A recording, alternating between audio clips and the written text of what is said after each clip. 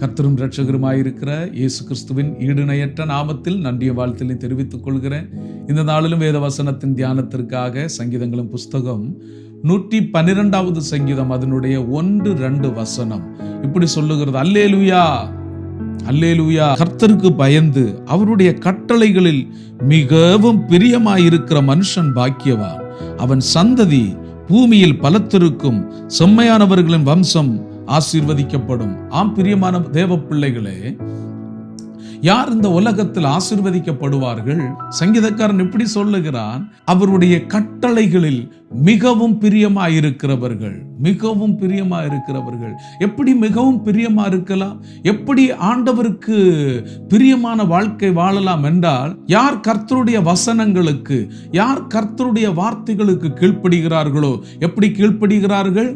வேதம் என்ன சொல்லுகிறதோ அதன்படியாக அங்கு இங்கே சாயாம, இதை செய்யென்றால் அதை செய்கிறதற்கு விட்டு கொடுத்து, இதை செய்யாத என்றால் இதை செய்கிறதற்கு துணிகரம் கொள்ளாமல், எப்படியெல்லாம் கர்த்தருக்கு பயந்து வாழ முயற்சி பண்ணுகிறார்களோ அவர்களை தான் ஆண்டவர் ஆசீர்வதிப்பார்.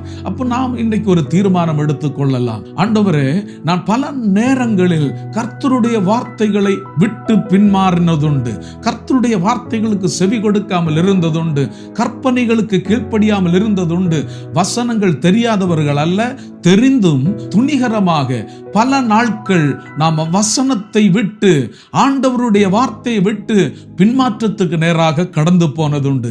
இந்த நேரத்தில் நீங்க வசனத்தை கேட்கும் பொழுது ஆவியானவர் உங்களோடு கூட இடைப்படுகிறார் என்றால், நீங்க உட்கார்ந்து இருக்கிறதான இடத்துல ஒரு தீர்மானம் எடுத்துக்கொள்ளுங்க.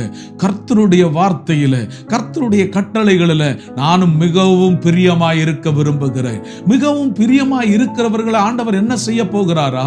அவனுடைய சந்ததியை ஆண்டவர் ஆசீர்வதிப்பார். நல்லா கவனிக்கணும். அவனுடைய சந்ததியை ஆசீர்வதிப்பார். அவனுடைய சந்ததி பூமியில பலத்திருக்கும். ஆமென். எவ்வளவு பெரிய ஆசீர்வாதம் தந்திருக்கிறார். எதை செய்யணும்னு சொல்லுகிறார்? பெரிய ஒரு வேலையை கொடுக்கலையே, பெரிய காரியத்தை கொடுக்கலையே.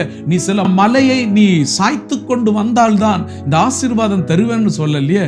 சின்ன ஒரு காரியத்தை சொல்லுகிறார். கட்டளைகளில் நீ பிரியமாயிருந்து, வேதத்துல நீ பிரியமாயிருந்து, ஆண்டவருடைய காரியத்துல நீ உண்மையாயிருந்து, ஆண்டவருடைய வார்த்தைகளுக்கு நீ செவி கொடுத்தால் உன்னுடைய சந்ததி பூமியில பலத்திருக்கும். பலத்திருக்கும். பல நாட்கள் நாம் புலம்புகிறது உண்டு, என் சந்ததி ஆண்டவருக்கு பிரியமா நடக்கலையே, ஆண்டவருடைய சுத்தம் செய்யலையே என்று சொல்லி நீங்க கவலைப்பட்டு கொண்டு இருக்கிறீங்கன்னா, முதலில் அவர்களுக்காக நாம் ஜெபிக்கிறதை விட நம்முடைய வாழ்க்கையில் எதை சீர்திருத்த வேண்டுமோ அதை சீர்திருத்தும் பொழுது உங்களுடைய சந்ததிகளை கர்த்தர் ஆசீர்வதிக்க ஆரம்பிப்பார். அவர்கள் ஆண்டவர் பலத்த ஜாதிகளாக மாற்றுவார். தேசங்களில் ஆசீர்வதிக்கப்பட்டதான ஜனமாக மாற்றுவார். ஆகவே இன்றைக்கு ஒரு தீர்மானம் எடுத்துக்கொள்ளுங்க. கர்த்தருடைய திட்டத்தின்படி, அவருடைய வார்த்தையின்படி, அவருக்கு பயந்து, அவருடைய திட்டத்தின்படியாகவே நான் நடக்க என்னை விட்டு கொடுக்கிறேன் என்று சொல்லி ஆண்டவருடைய சமூகத்தில் உங்களை தாழ்த்தும் பொழுது உங்களுடைய சந்ததி மேல தேவ ஆசீர்வாதத்தை ஆண்டவர் பொழிந்தருளுவார். இதுவரைக்கும் பார்த்திராததான, இதுவரைக்கும் கண்டிராததான நன்மைகளையும் கிருபையையும் ஆண்டவர் உங்களுக்காக பொழிந்தருளி, நீங்க நன்மையை தேடி போக தேவையில்லை. நன்மை உங்களை தேடி கடந்து வரப்போகிறது. நன்மையும் கிருபையும் உன்னை தொடரும் என்று வேத வசனத்தில் சொல்லப்பட்டிருக்கு. ஆகவே அன்பான தேவனுடைய பிள்ளைகளை, ஆண்டவருக்கு பிரியமாக மிகவும் கர்த்தருடைய வார்த்தைகளை நேசித்து, மிகவும் ஆவிக்குரிய காரியத்தில் உங்களுடைய கவனத்தை செலுத்தி, ஆவிக்குரிய வாழ்க்கையில நீங்க வளரும் பொழுது கர்த்தர் உங்களை தாராளமாக ஆசீர்வதிப்பார். இந்த வார்த்தையின்படி உங்களுக்காக ஜெபிக்க விரும்புகிறேன். என் ஆண்டவர் ஆசீர்வதிக்கணும். ஏதோ ஒரு காரியத்துல குறைவுபட்டிருந்தேன், என் ஆண்டவர் தட்டி இன்றைக்கு ஒன்று உணர்த்தி இருக்கிறார் என்று சொல்லுகிறவர்கள் கண்களை மூடுங்க, பார்க்கலாம். பரிசுத்த ஆவியானவரே, இரக்கம் உள்ளவரே, எங்க கூட நீங்க பேசி இருக்கிறீங்கப்பா. நாங்க உலகத்துக்கு அடிமைகள் அல்ல ஆண்டவர். உம்முடைய வார்த்தைகளுக்கு அப்படியே விட்டு கொடுத்து, உம்முடைய கட்டளைகளின்படி, உம்முடைய வேதத்துக்கு மிகவும் நேசித்து, ஆண்டவருக்கு பிரியமாக நடக்க கிருபை செய்வீராக. நீங்க எதை செய்ய என்று சொல்லி இருக்கிறீங்களோ அதற்கு எங்களை விட்டு கொடுக்கிறோம் அப்பா. அதன்படியாக நடக்கிறோம் ஆண்டவரே. ஆண்டவருடைய வார்த்தைக்கு மிகவும் பிரியமாய் இருந்து சில காரியங்களை இன்றைக்கு இப்பொழுதே பெற்றுக்கொள்ள கிருபை செய்கிறபடினால் நன்றி செலுத்துகிறேன் அப்பா. ஸ்தோத்திரம்.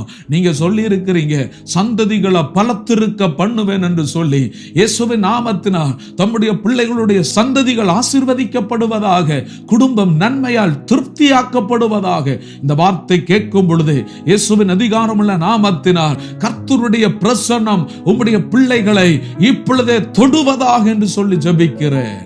தொடுவதாக என்று சொல்லி ஜெபிக்கிறேன். இதுவரைக்கும் வந்ததான தோல்விகள் தம்முடைய பிள்ளைகளை இனிமேல் தொடுவதில்லை. தேவ பிரசன்னம், தேவ கிருபை தம்முடைய பிள்ளைகள் ஆளுகை செய்யட்டும். பிரியமாயிருக்க கிருபை செய்யுங்க, பலப்படுத்துங்க. இயேசுவின் நாமத்தினால் ஜெபங்கள் நல்ல பிதாவே. ஆமென், ஆமென், ஆமென், ஆமென். God bless you. கர்த்தர் உங்களை ஆசீர்வதிப்பாராக. தேவ திட்டங்களுக்கு நேராக உங்களை விட்டு கொடுங்க. தேவன் உங்களை கனப்படுத்துவார்.